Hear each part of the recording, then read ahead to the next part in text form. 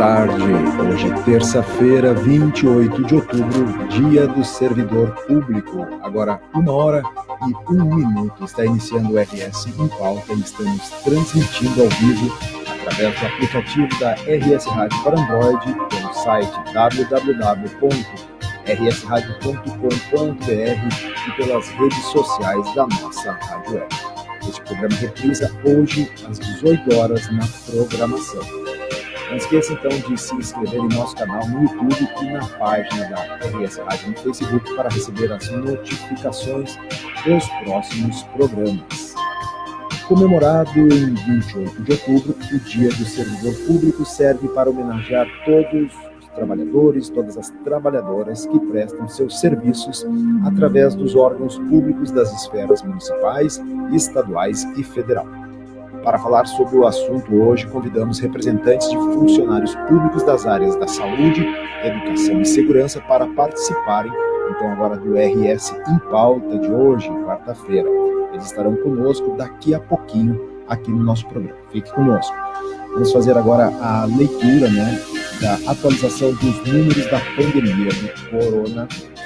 No mundo, 44.067.588 pessoas já foram infectadas pelo coronavírus. E o número total de óbitos no mundo está em 1.168.568. No Brasil, 5.439.641 é o número total de pessoas que já foram infectadas até o momento. O número de óbitos está em 157.946. No Rio Grande do Sul, um aumento de 50 de ontem para hoje. O aumento de 50 é o número de óbitos, pulou de 5.615 para 5.665. Em Porto Alegre, o número total de casos de pessoas até o momento atingidas pelo coronavírus está em 43.506 e o número de óbitos subiu para 1.250. Esses são os números, então, a atualização dos números da pandemia de coronavírus das últimas 24 horas, com registro finalizado ontem no final da tarde. Eu vou trazendo aqui para o nosso programa, para a gente abrir a pauta, o jornalista Luiz Augusto Kerr. Bem-vindo lá aqui, tudo bem contigo? Olá, boa tarde. Olha, tudo bem, mas amanheci preocupado hoje, não apenas com o número de casos de Covid que vem crescendo aqui, nossos hospitais, não sei se tu chegasse a observar, estão com as UTIs todas lotadas. E a grande mídia está tentando dizer que é por outras razões que não é o Covid. Não é verdade, é o Covid. E esse aumento se refere lá no dia 12, que deu o feriado ensolarado que as pessoas se soltaram. Mas a minha preocupação não é essa hoje apenas, Everton? A minha preocupação é que o grande capital, aliado ao inimigo do servidor público, que é o ministro da Economia, o Paulo Guedes é inimigo total do servidor público. Declarado, Declarado. É inimigo, junto com o grande capital, se moveram de ontem para hoje para atingir o servidor público e continuar com aquela velha cantilena que o problema do Brasil é o servidor público. Que nós gastamos demais. A CNI contratou uma pesquisa, e eu tenho muito medo dessas pesquisas contratadas assim por empresários, aonde mostra que o gasto brasileiro com o servidor público é estratosférico, que o país vai quebrar, porque não pode ter isso tudo de servidor público. E hoje de manhã, amanhecemos com a bomba do Bolsonaro mandando, junto com o Guedes, fazer um estudo para entregar as unidades básicas do SUS para a iniciativa privada. Então, tudo isso porque amanhã é o Dia do Servidor Público. Orquestrado e organizado. Uhum. Tem manifestação aí já, depois a gente comenta sobre isso, da área da saúde, aqui do Conselho Nacional, inclusive Conselho Estadual também repercutindo, sendo contrário a essa privatização da área da saúde, Bom, mas a gente comenta isso aí daqui a pouquinho mais, lá aqui no programa. Sim. E importante que hoje nós temos 3 convidados, que vão falar, especialistas em serviço público. São 3 servidores públicos de 3 áreas daqui do estado do Rio Grande do Sul e que eles, mais do que ninguém, além de ser dirigentes, né, de entidades representativas de servidores, e eles, mais do que ninguém, podem falar conosco sobre a importância, então, aí dos servidores públicos, principalmente do serviço público de qualidade prestada à população. Vamos chamando aqui por parte, né, um de cada vez. Vou chamar primeiro aqui a Raquel Fiore, que já está nos aguardando, já testou com a gente daqui a pouco, um pouquinho antes. Bem-vinda, Raquel, tudo bem? Bem-vindo, sim, muito obrigada pelo convite, tudo bem para os dois. Quero dar boa tarde a todos que estão nos ouvindo hoje, nesse dia muito bonito que fez, né, para o dia 28, para a gente comemorar essa data do servidor público. Nós sabemos que datas de profissionais tem todos os dias, né, mas para nós essa é muito importante. Então, eu não vou querer ainda entrar no assunto, mas em seguida a gente já fala um pouquinho sobre isso. Tá certo. É a Raquel Fiore, então, né, que ela é química, mestra e doutoranda também. E ela é diretora de Previdência e Saúde do Sintergs, que é o Sindicato dos Servidores de Nível Superior do Poder Executivo do Rio Grande do Sul, né? A Raquel, que agora é servidora pública aposentada. Em seguidinha vamos conversar mais, Raquel. Vou chamar agora o Coronel Marco Antônio Beck também, que já está conosco aqui. Bem-vindo, Coronel, tudo bem?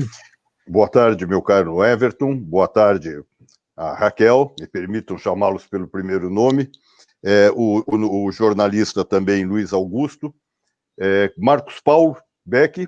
E estou aqui como presidente da Associação dos Oficiais da Brigada e dos Bombeiros. É um prazer falar nessa data do funcionário público, aquele que tem carregado o Brasil na sua história, através dos anos. Tá certo. Muito obrigado, Coronel. Então, o Coronel que já se apresentou, né, presidente da Associação dos Oficiais da Brigada Militar. Estará conosco também, já está aqui na sala, mas ainda não abriu a câmera, a professora Solange da Silva Carvalho. Acabou de abrir, então já vamos trazer aqui para dar as boas-vindas também para a professora Solange, que é vice-presidente do CEPER, né, o Sindicato dos Professores aqui do Estado do Rio Grande do Sul. Bem-vinda, professora Solange, tudo bem? Boa tarde, tudo bem? Nesse dia do servidor público é bem importante que a gente fale sobre o serviço público, né? Um prazer estar aqui. Ah, que bacana. Bom, ninguém mais especialistas do que vocês, né, para falarem sobre isso, sobre esse tema conosco. Deixa eu só tirar aqui da nossa live essas logos que estão em cima dos rostos, para não ficar atrapalhando. Pronto, já melhorou ali. Então, eu queria que a gente fizesse uma abertura, né, com vocês. A gente pode seguir essa ordem, mas podemos trocar também, intercalando, começamos com a Raquel, falando, Raquel, de uma forma geral, da tua visão, né, como liderança, inclusive, de categoria, como tu enxergas a importância do serviço público, né, do trabalho do servidor público para toda a população. E podemos focar aqui inicialmente no Rio Grande do Sul, já que estamos entre lideranças de entidades estaduais aqui. Contigo. Tem um som que está reverberando, eu não sei, talvez alguém esteja com outro aparelho ligado, né? Tá, obrigada. Olha, meus amigos, nós estamos passando por um período bem sombrio, né? Instalado com esse desastre biológico aí, que é o Covid. E aliado a ele, nós temos uma insatisfação popular com esse atual panorama político, né? Que nós estamos dentro do nosso país, né? Que nós estamos vendo dentro do nosso país. E no meio disso tudo, nós temos os servidores públicos, que se encontram numa confusão de ideias distorcidas sobre as suas ações e atividades, né? E essas confusões de ideias, elas são provenientes não só desse governo, elas já vêm de outros governos, né? E agora, nós também temos os meios de comunicação reverberando mais ainda as ações nefastas que o servidor público vem fazendo. Olha, nós não podemos ter um Estado, por menor que seja esse Estado, sem os serviços públicos. O governador não trabalha sozinho.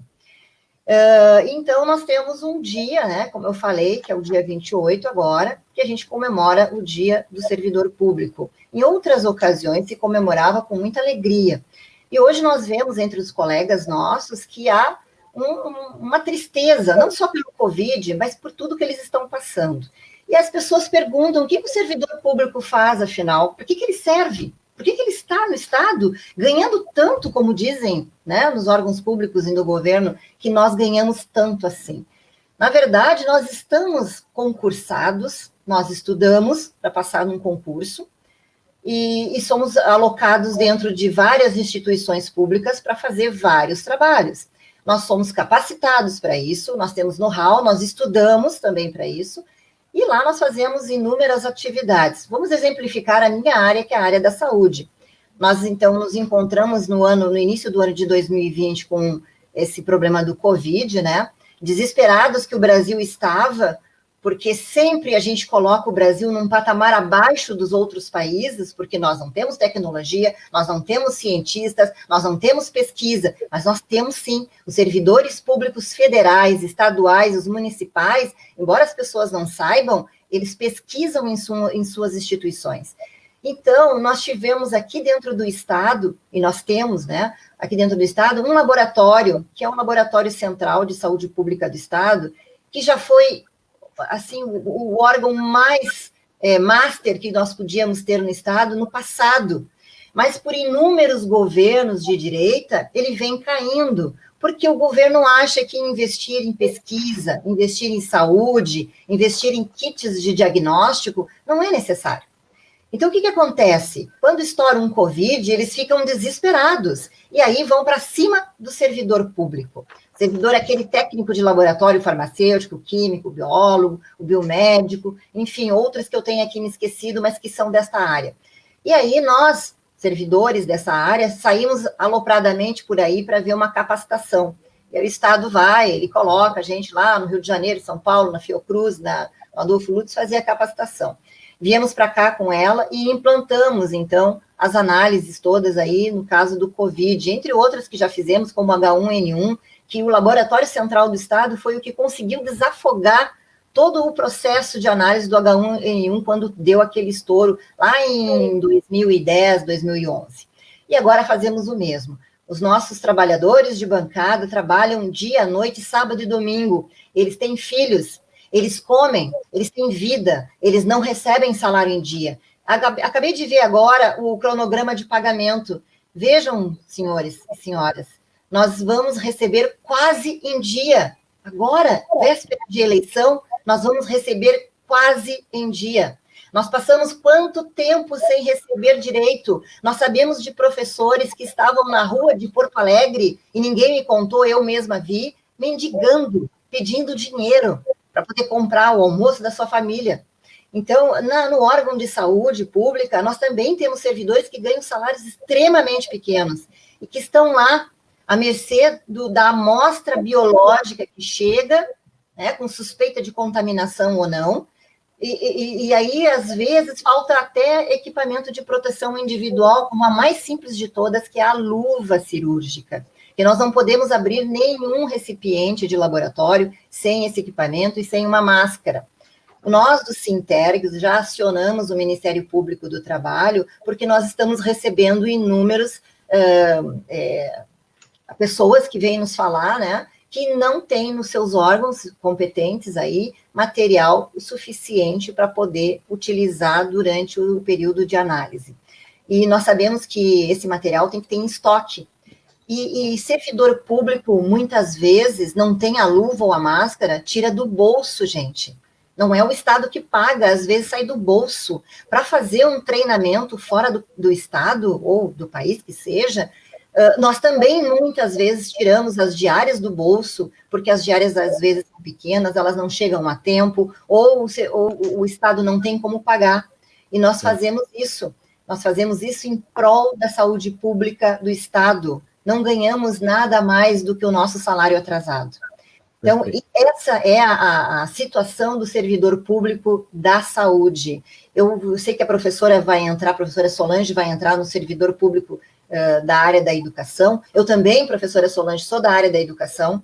Eu tenho colegas da área da educação que estão no interior do estado e que não têm condições mínimas de dar aula à distância. O estado do Rio Grande do Sul não tem EPI para mandar para as escolas. Então, nós não temos aulas neste ano. O ano que vem, muito provável, teremos aulas para recuperar este ano, como no supletivo, né? 3 anos em 1. Então, provavelmente, e tomara que o governador pense a respeito, nós teremos que fazer isso, diferente das escolas privadas, né? Mas, infelizmente, é assim que está a situação das escolas. A área mais preocupante para nós é a saúde e é a educação.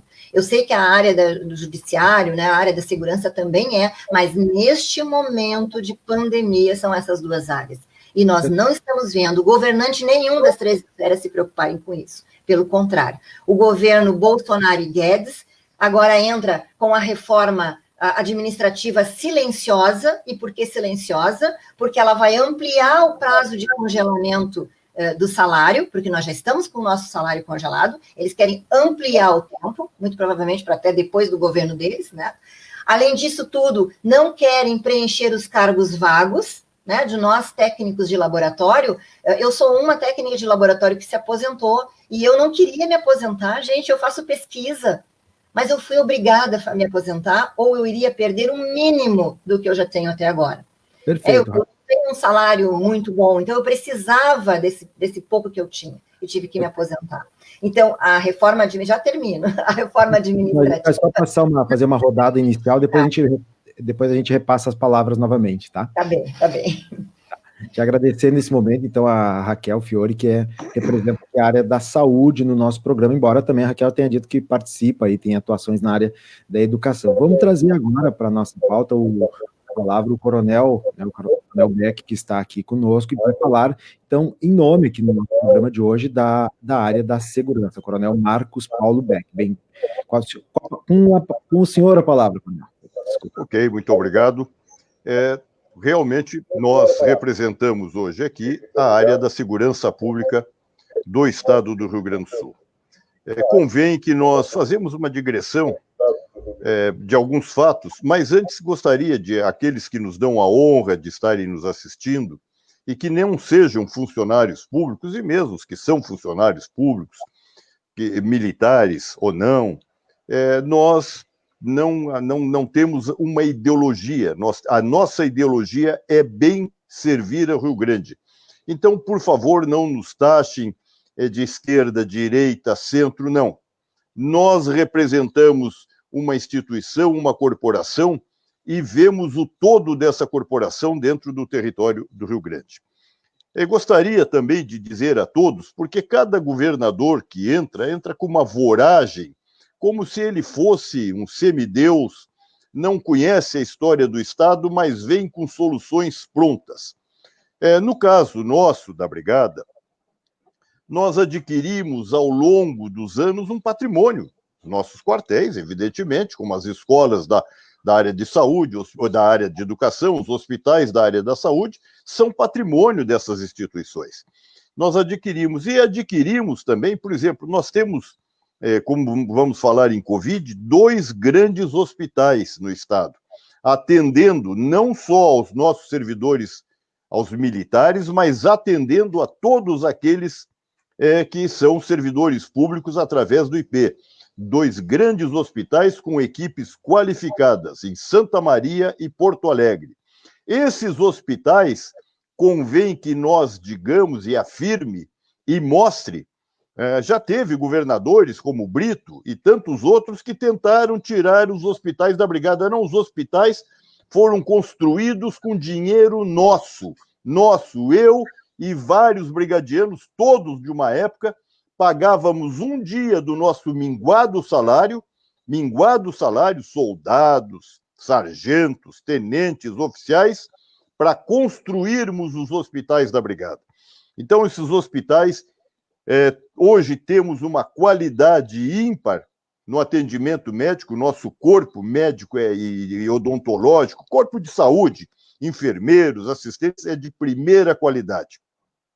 Mas eu faço um breve momento também para saudar a União Gaúcha e todos aqueles funcionários, entidades que se integram ali através da União Gaúcha.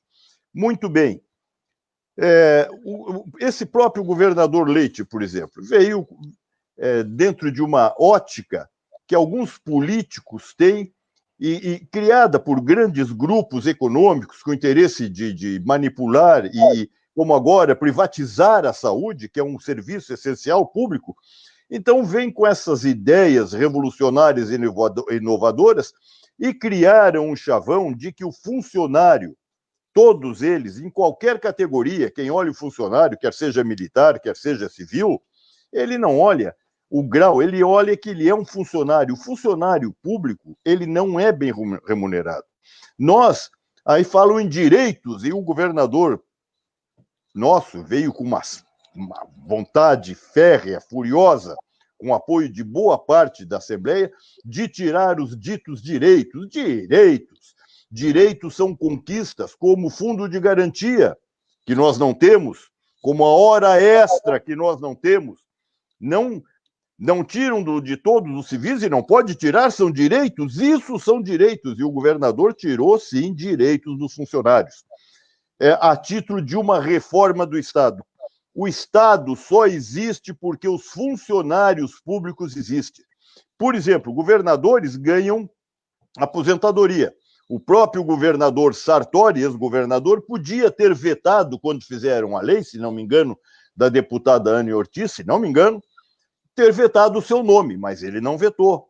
E o político, ele é um servidor público, na realidade, ou ele tem uma representação da população? Então, servidores públicos são aqueles que, através de um concurso público duro, exigente, que os capacita intelectualmente, em alguns casos, como nós, intelectual, psicológica e fisicamente, nos capacita para exercermos uma função. Nós não chegamos à função por CC, por indicação de quem quer que seja.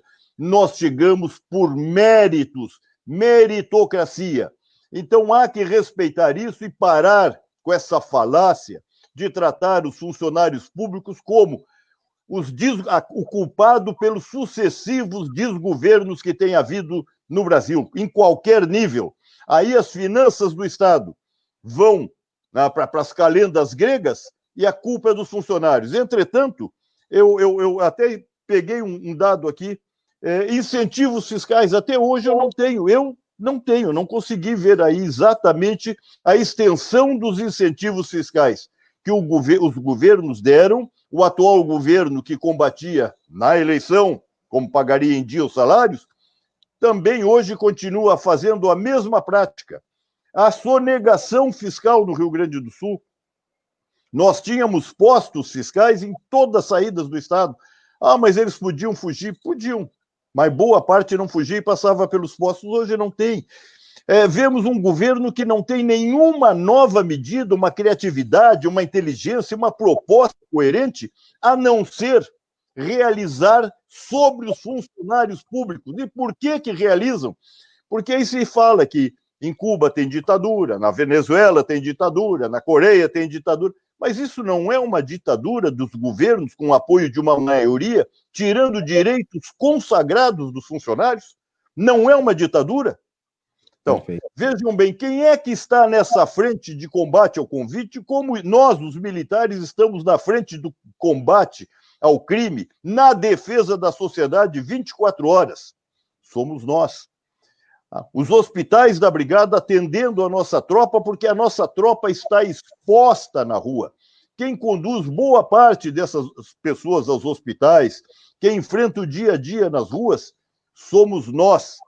Não há Estado sem funcionário público. E como, quando da abertura ali nós conversávamos com o jornalista Everton, realmente há pesquisas falaciosas, mentirosas sobre o gasto com funcionário público.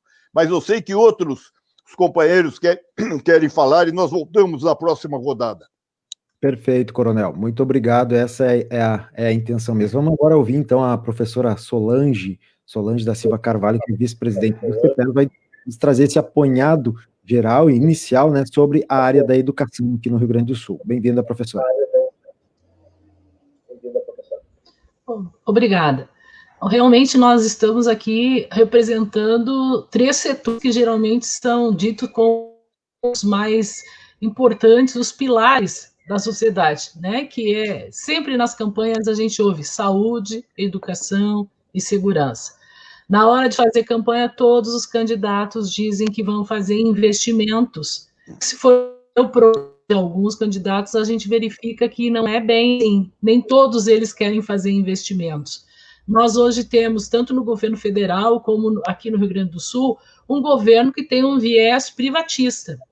Para justificar a sua vontade de implantar o projeto, o programa de privatização do serviço público, ataca os servidores. Então, é uma campanha como se os servidores fossem marajás. Isso faz me lembrar até aquele antigo presidente que dizia que o Estado era um elefante pesado, que precisava ser o caçador de marajás. Então, agora, não usam mais marajás, mas usam que o serviço público é ruim, é mal realizado, que o serviço público precisa atender bem. E, para isso, com esse discurso, pretendem, como a gente viu hoje, já uma portaria do governo federal, querendo fazer a concessão das unidades básicas de saúde. E isso também vai recair sobre a educação. Isso também já está acontecendo com a educação. Nós temos setores na educação que já são terceirizados, como o setor dos serviços, da limpeza, são terceirizados. E aí aprova a justificativa de que o serviço público é ruim, não deve se fazer concurso, que nem nós já vimos aí a votação que ocorreu da emenda 95, né, que diz que era por 20 anos sem investimentos em saúde e educação. E depois, agora, aproveitando-se da questão da pandemia, também falando que não se deve fazer concurso público. Nós temos na nossa categoria aqui do CEPERS, nós temos mais de 20 mil contratados para sala de aula ou para os serviços nas escolas. Esses contratados estão no limbo jurídico, porque eles não são CLT, não têm os direitos da CLT, e também, então, não têm direitos do plano de carreira. Como disseram aí, o plano de carreira nosso, dos servidores, e principalmente da educação, foi duramente atacado, e quando nós fizemos aquela grande greve dos servidores, e nós do CEPERS também juntamos lá cerca de 20 mil pessoas na praça, nós conseguimos manter alguns dos nossos direitos, devido à grande pressão que foi feita pelo Estado inteiro. Mas nós sabemos que o governo do Estado tem maioria na Assembleia Legislativa. Se não fosse essa pressão, teríamos perdido o resto que sobrou, né? Então, o que me preocupa é essa onda de privatização e, principalmente, justificando, perseguindo os servidores e as servidoras, como se todos nós fôssemos muito bem remunerados. Lembra aí que a Raquel falou, hoje saiu o calendário e até apareceu o dinheiro, né? Não sei se é por causa das eleições, porque a gente já conseguiu receber o salário atrasado em várias parcelas. Mês nós receberemos dia 30 e depois dia 1000 atrás. O que eu gostaria de chamar a atenção é que mais 70% da categoria vai receber no dia 30, vai receber até 4.800. Isso fica bem claro que nós temos os salários muito baixos. Se a maior parte dos servidores ganha até 4.800, e para chegar nisso, tem que ser quase final de carreira. Na nossa categoria, tem que ser 40 horas e final de carreira e ter acontecido promoções, que não acontecem desde 2014. Foi a última vez que nós tivemos uma reposição da inflação e foi a última vez também que nós tivemos promoções. Então, estão congeladas. Independente se nós temos categoria muitos colegas com mestrado, doutorado, que se fosse receber um salário digno, deveria ser no mínimo mais do que o salário. Eu sempre me aposentei com mais de na carreira, e o meu salário por 20 horas era 1.260. Aí, com triênios, ganhava R$1.500. Então, se isso é ser marajá, se isso é ser privilegiada, é porque as pessoas não sabem o que é viver com R$1.500 e tendo que estar na sala de aula, pagar o transporte, fazer todo esse movimento, porque o nosso auxílio de transporte até pouco tempo era R$90, ainda sofria desconto. O nosso auxílio refeição é R$260, ainda sofre desconto. Ou seja, nós estamos na categoria da educação numa condição de mobilidade. E isso não é de graça. Isso é porque tem interesses de grupos econômicos muito grandes, como a Fundação Lema, temos a Fundação Monteiro Lobato, muito interessadas na privatização do serviço, assim como está sendo fechamento de EJAs, fechamento de escolas, de turnos, e agora insiste que nós voltemos às aulas, mesmo sem ter chegado os EPIs mínimos. Quem é da saúde sabe como é que nós vamos estar numa escola com máscara, com gel e aqueles tapetinhos, ou seja, não tem condição de volta às aulas, nós estamos lidando aí com uma liminar, tentando fazer com que não volte às aulas, está muito difícil a pressão. Aqui mesmo na região de Caxias e no estado inteiro, os coordenadores estão enviando para os colegas dizendo que a liminar não está valendo, a liminar ainda está valendo, estão presos os colegas para abrir as escolas. A sorte, para mim concluir essa parte, é que os pais estão sendo coerentes. Mais de 90% dos pais não querem o retorno às aulas presenciais. Nós estamos trabalhando desde março, porque eu também queria dizer isso, porque das aulas remotas, embora a dificuldade aconteça de muitos em condição de acessar, de muitos colegas terem se endividado, comprado notebook, terem feito plano de internet, porque a internet o governo começou a distribuir no fim de julho e ainda é precária.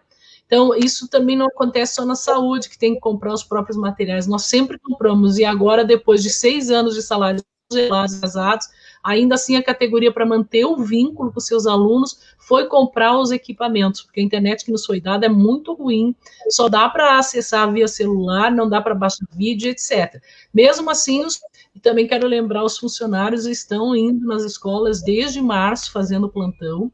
Desde 5 de outubro, as escolas têm que estar abertas, esperando um caminhão que vem com os EPIs, que em vários lugares não chegou.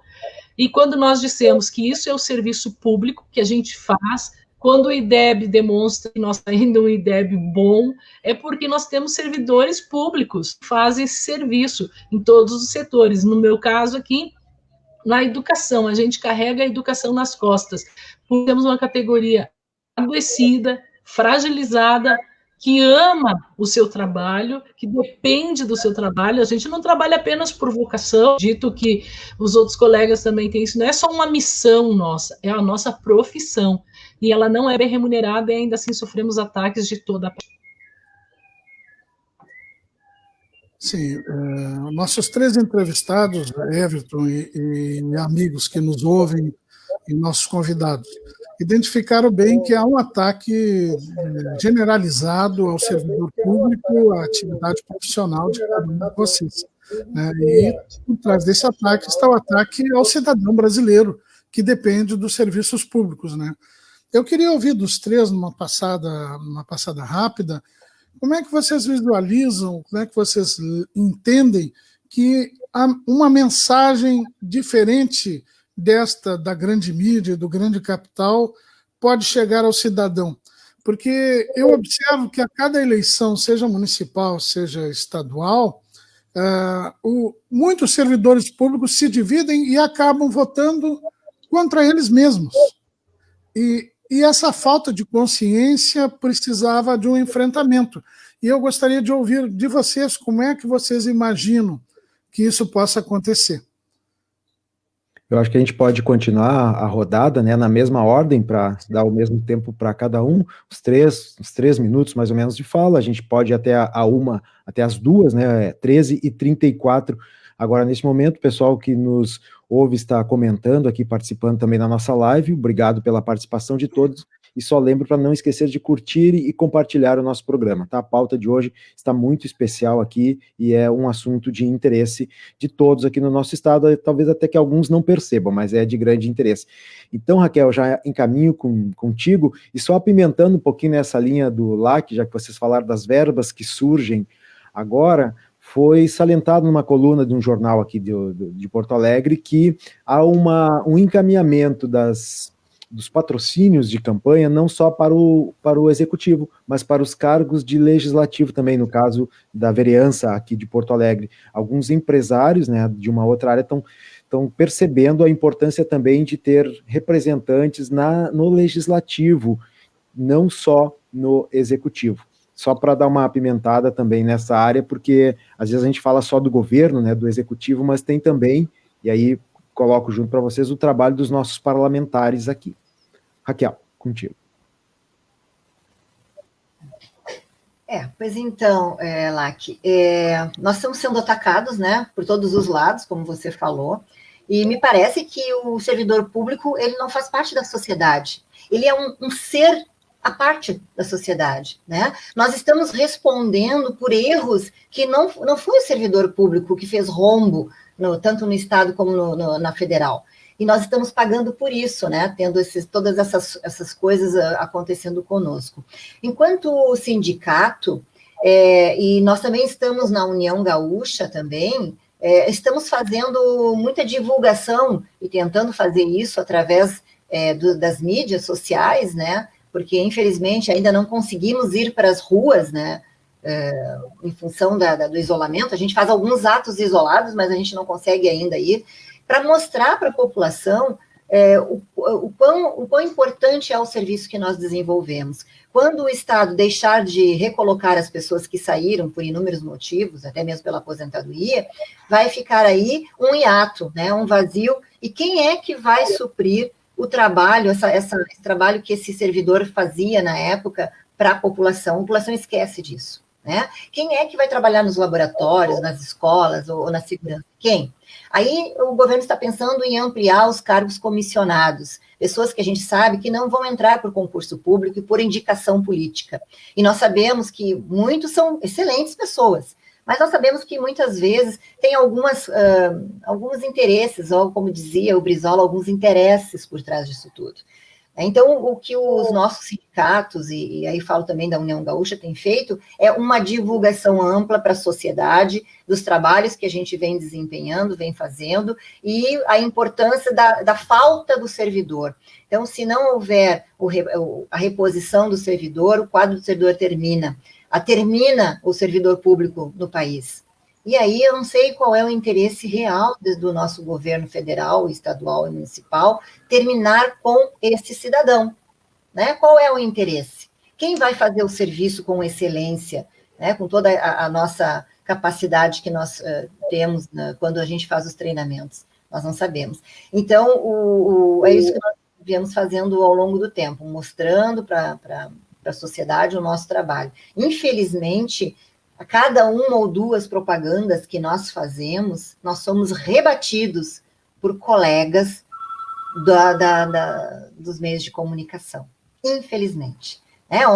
Ontem saiu um Twitter aí de um colega jornalista, né, meninos jornalistas, falando extremamente mal do servidor público. Nós não fazemos nada. Nós não damos aula, nós não fazemos saúde, nós não trabalhamos em hospital, nós não atendemos nas unidades básicas de saúde, nós não fazemos segurança na rua, nós não prestamos para nada. É isso? De tudo que a gente tem feito? Então, é lamentável a televisão, ter um canal de televisão em que ela é do partido do governo federal e ela passa todos os dias na rádio e na TV massacrando o servidor público. E aí, como que a gente faz? Não vai ter programa suficiente dentro dos sindicatos para provar as nossas qualidades, por mais que a gente faça e que a gente mostre. Porque um rádio, ele é ouvido no Brasil inteiro, e às vezes as pessoas não têm a informação contrária, e elas acham que aquele locutor de rádio que está falando, porque muitas vezes não é nem um jornalista formado, ele diz a verdade.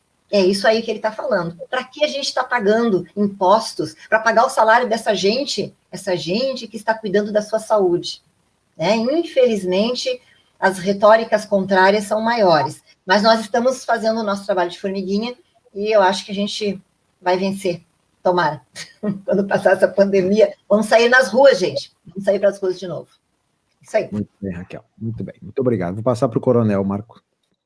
Complementando exatamente o que a doutora Raquel estava expondo, quanto à mensagem, realmente, o que o cidadão recebe, o que os funcionários públicos podem contrapor.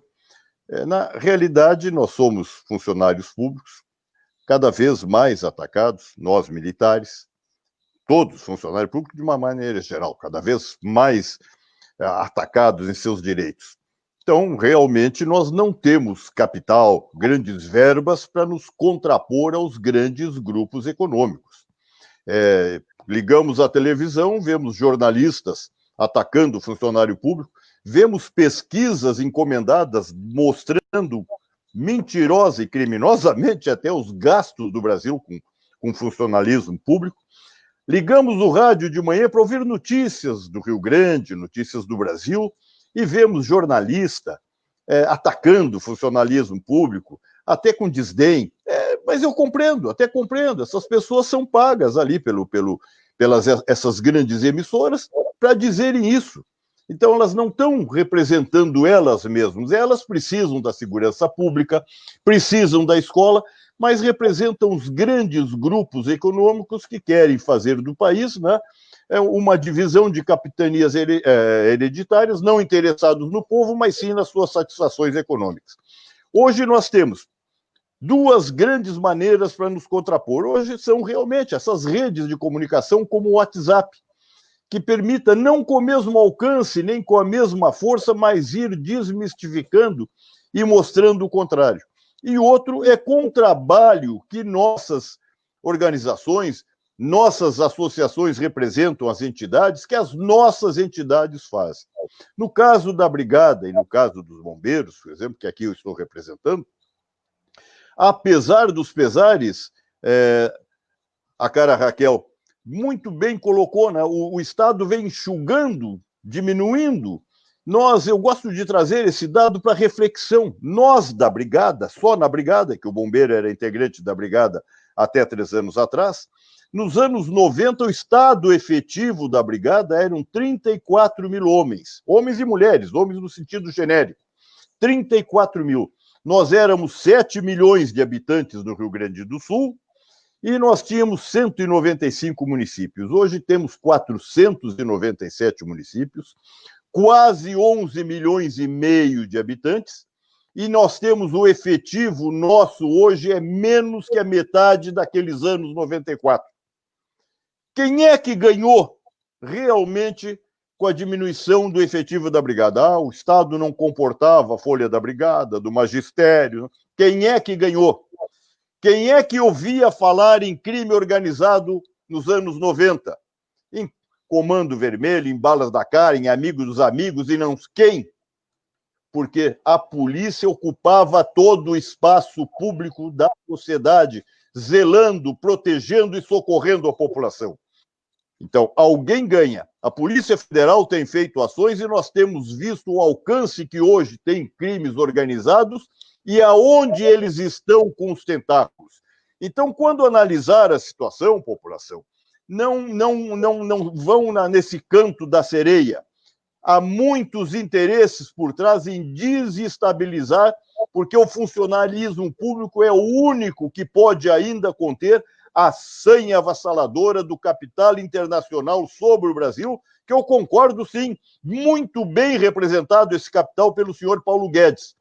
Então, nós estamos, a maneira de darmos resposta, mesmo agora, claro que o governo tira e tem que tirar proveito, faz parte, sempre fez, mas graças à dedicação dos homens da Brigada, o planejamento de seus oficiais, a execução de seus praças, apesar de tudo, os índices de criminalidade no Rio Grande diminuem.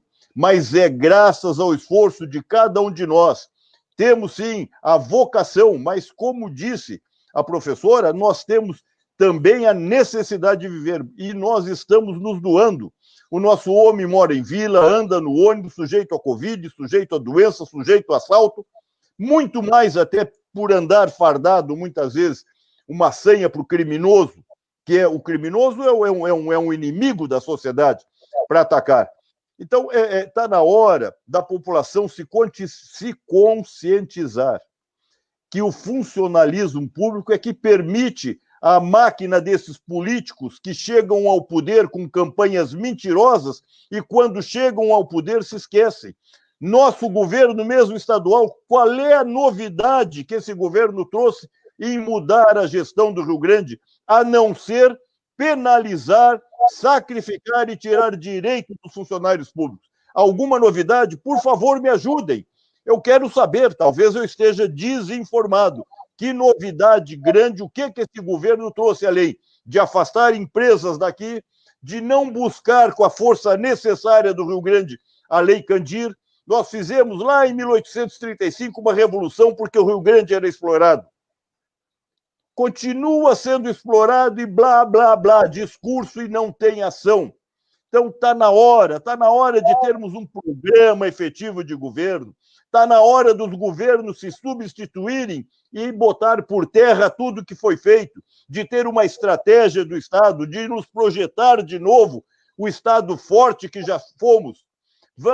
Tenhamos reis fortes que respeitam a única instituição, as únicas instituições que podem projetar o Rio Grande para o futuro, que são os funcionários públicos. Sem eles não adianta. Sem segurança, não adianta querer trazer indústria para cá. Sem uma política fiscal, econômica séria, não adianta. Sem uma base de tecnologia, base científica, de estudo, bem feita, bem conduzida pelo Estado, não adianta. A educação é primordial, a saúde sucateada. A Covid agora mostrou essa realidade. E falando contra o funcionário público, ainda me valendo da doutora Raquel, quem é efetivamente que está dando assistência à Covid? São os hospitais particulares? Ou é a rede pública efetivamente a grande aliada da população no combate a essa epidemia? Então, são coisas para nossas reflexões. Muito obrigado, coronel. Vou passar agora para fechar essa rodada para a professora Solange, então. Vou abrir o microfone agora. Precisa abrir seu microfone, professor. Aí. O questionamento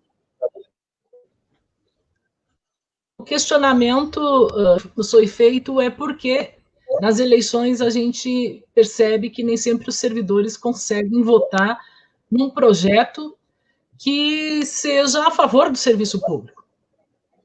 Eu lembro que nós sempre questionamos isso. Acontece que nós temos muita dificuldade de divulgar os projetos, quanto instituições, porque os próprios governos, a grande imprensa, coloca que o sindicato, em que eles vão, além da sua luta corporativa, além da sua luta econômica, porque esse é o princípio dos sindicatos, fazer a luta em defesa de suas categorias e fazer a luta também pela questão econômica, defesa, sobrevivência das categorias, que a gente está na fase da sobrevivência, né?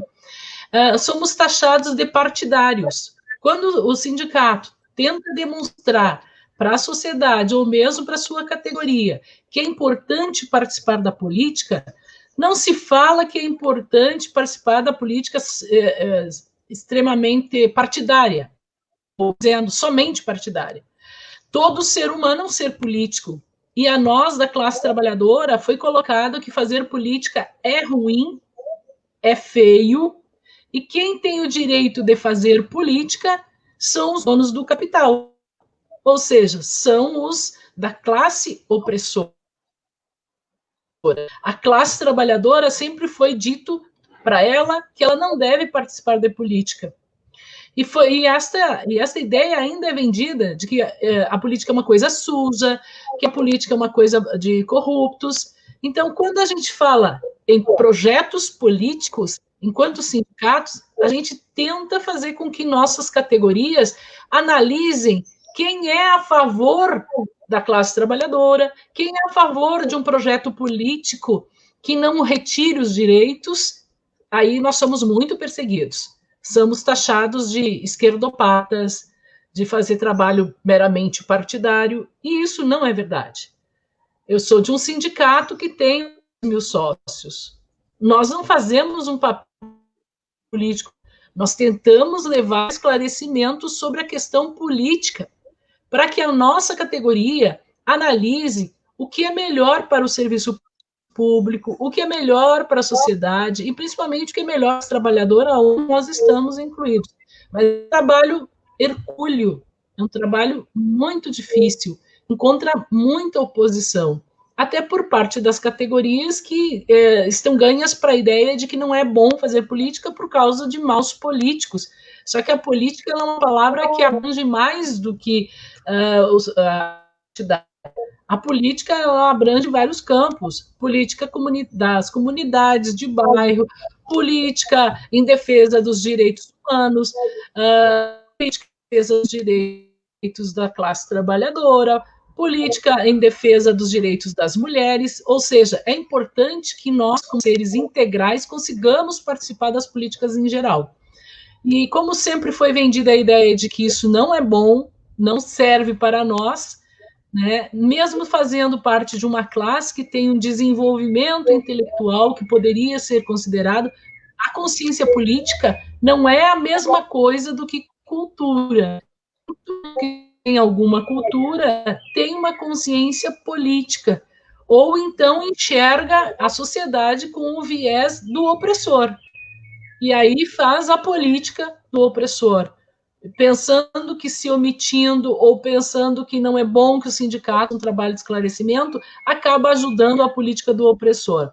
Como a gente tem um desenvolvimento político ainda, muitas pessoas entendem que votar não é votar num partido, entendem que votar é votar numa... E aí acaba-se, às vezes, votando no vizinho, num primo, em alguém, num parente, um amigo, sem ver que este vai chegar lá, se for eleito, e vai cumprir o papel da plataforma política de um partido que, por vezes, será inimigo de quem você votou, quem votou nele.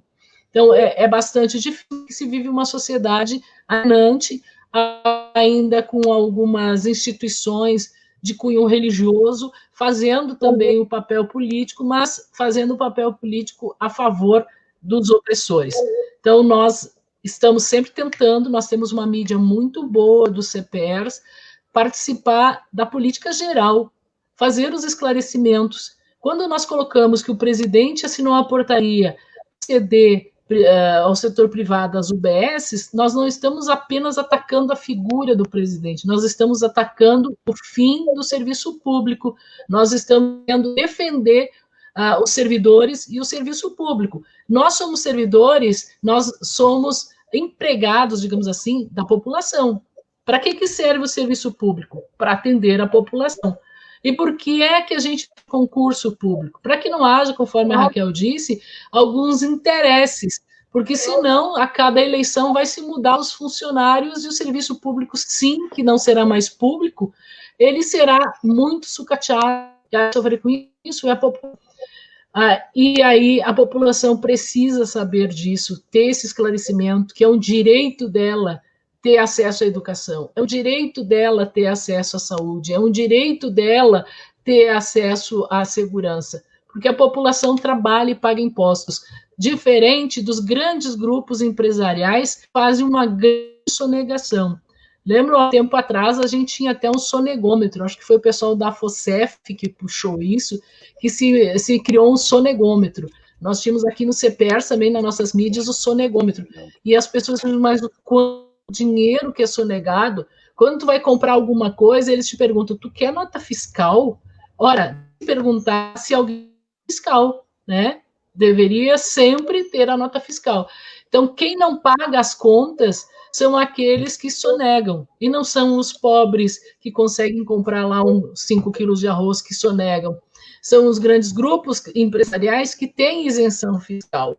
Combate a isenção fiscal desses grandes grupos empresariais que recebem essas benefícios, dizem que a gente quer que tenha imposto sobre o feijão, sobre o arroz, que aumente sobre a cesta básica, ou seja, não é nada disso. Nós defendemos que os grandes grupos empresariais, que já têm muitas benesses, que já têm lucros, que exploram os seus trabalhadores, eles não tenham acesso à isenção fiscal tão facilmente, tem que se fazer uma revisão das isenções fiscais.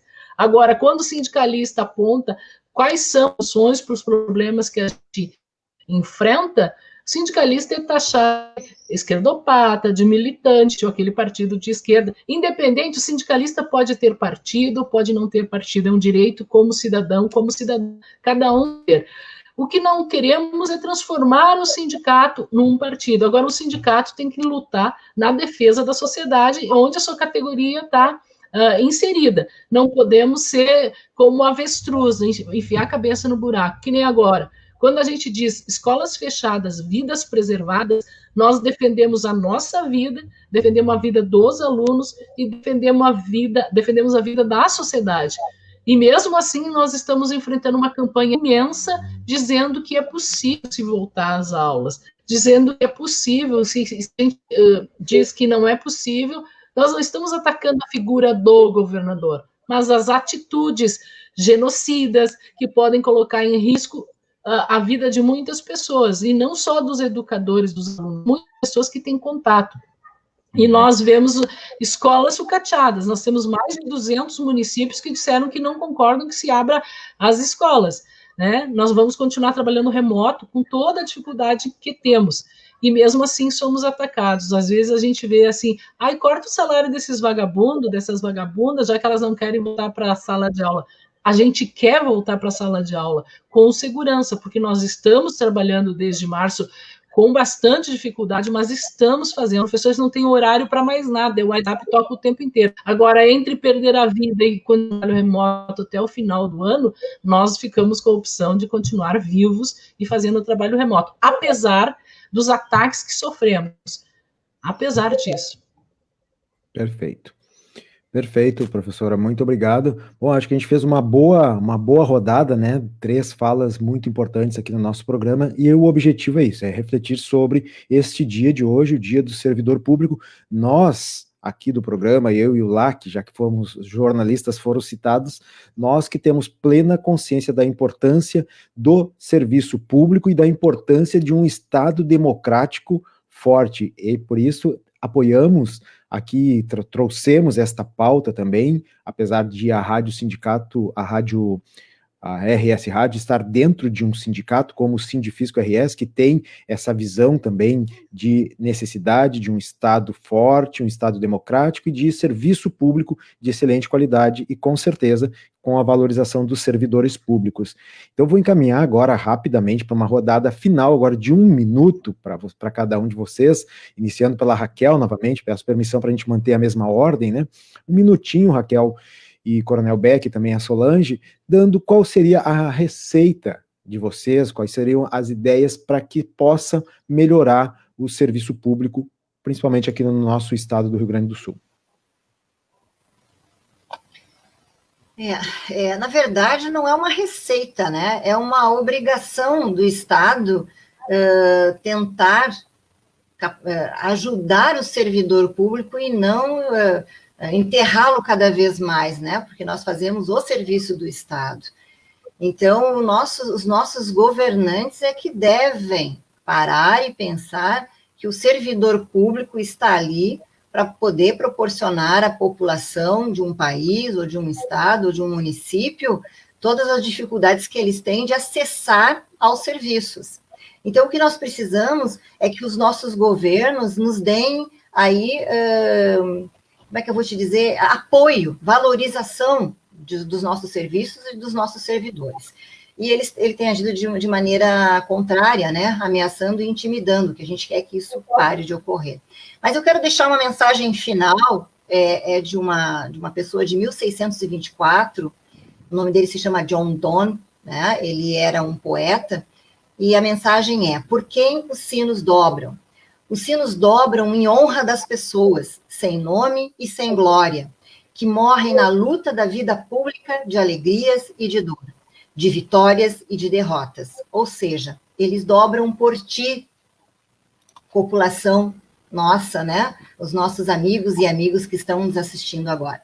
Tá? O John Donne fez esse poema num outro sentido, e eu dei uma adaptada aqui para o nosso serviço público. É isso aqui, nós dobramos o sino e fazemos o que a gente pode, entre lágrimas, entre sorrisos, para poder apoiar a população, porque nós também somos a população, os nossos filhos, os nossos familiares, então a gente tem que fazer o impossível.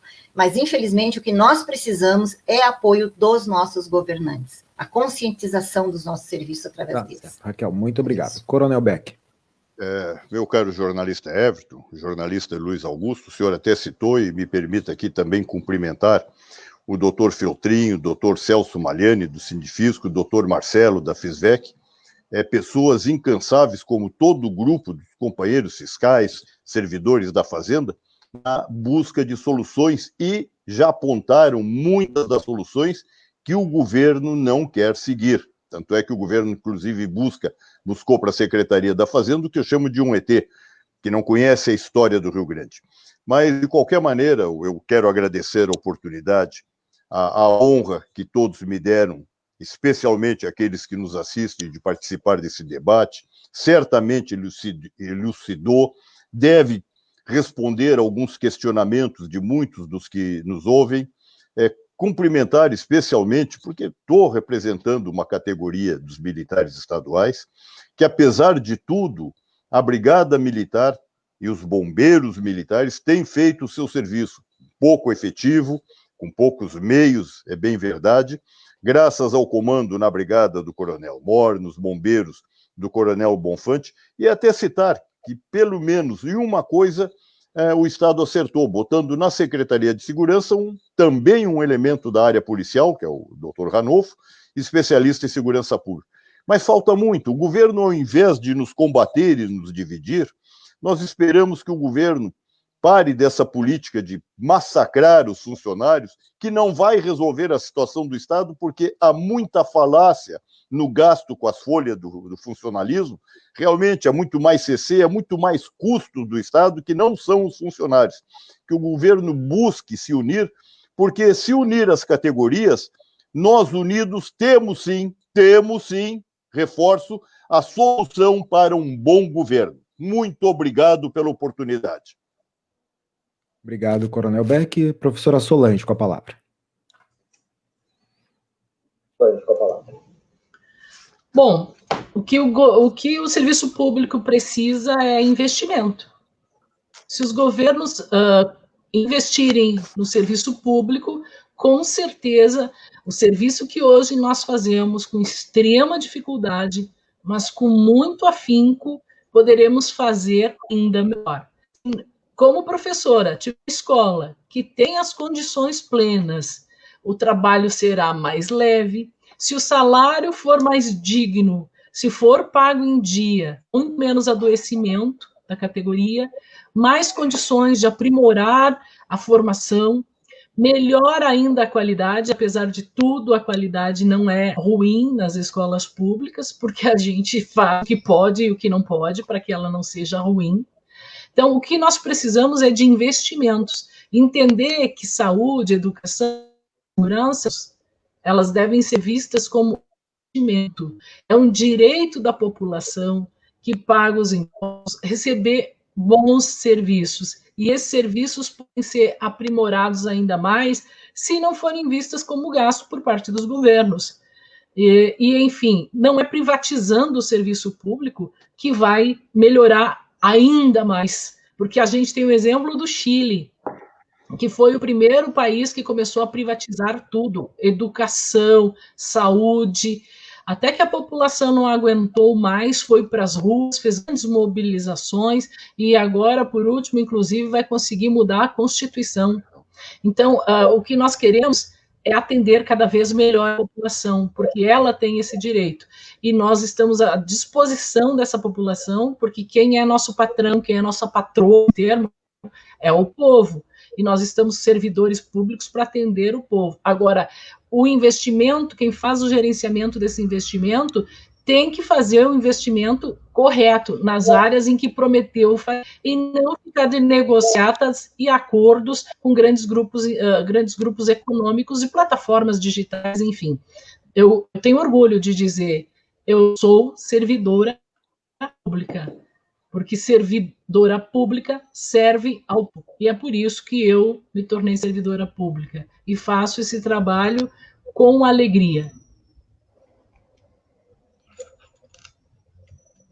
Tá certo, então, olha, eu queria agradecer muito aqui a participação de vocês, né, a professora Solange da Silva Carvalho, vice-presidente do CEPERS, o Sindicato dos Professores daqui do Estado do Rio Grande do Sul, Coronel Marco Paulo Beck, presidente da Associação dos Oficiais da Brigada Militar, que também representa, nesta ocasião, a categoria dos bombeiros, como mencionado, e também a Raquel Fiore, né, que é diretora da Previdência e Saúde do Sintergs, que é o Sindicato dos Servidores de Nível Superior do Poder Executivo do Estado do Rio Grande do Sul.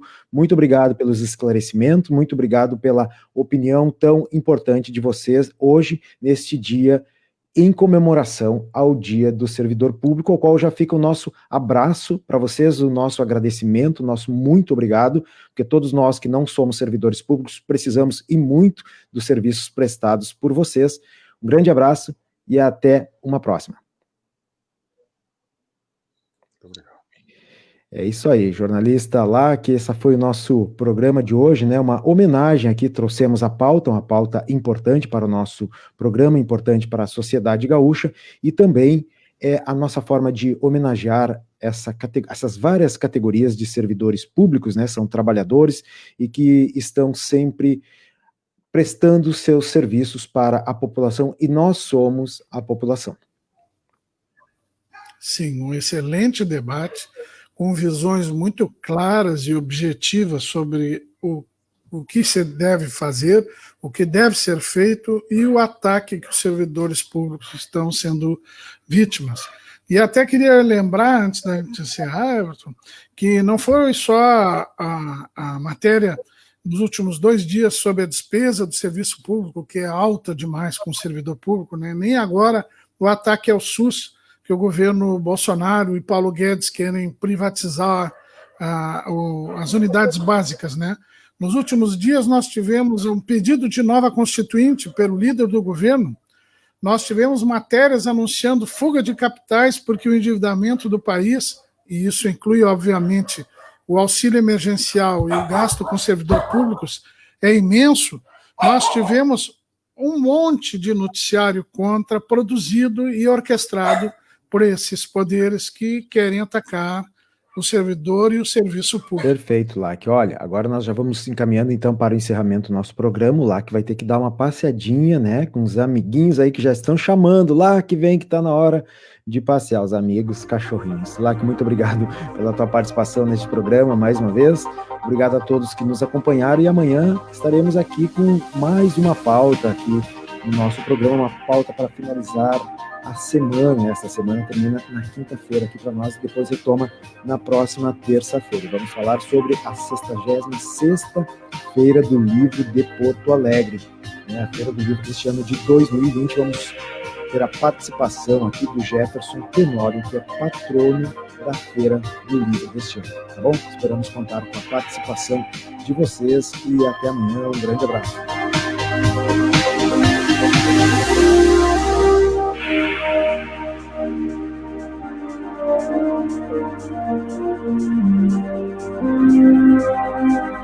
Thank you.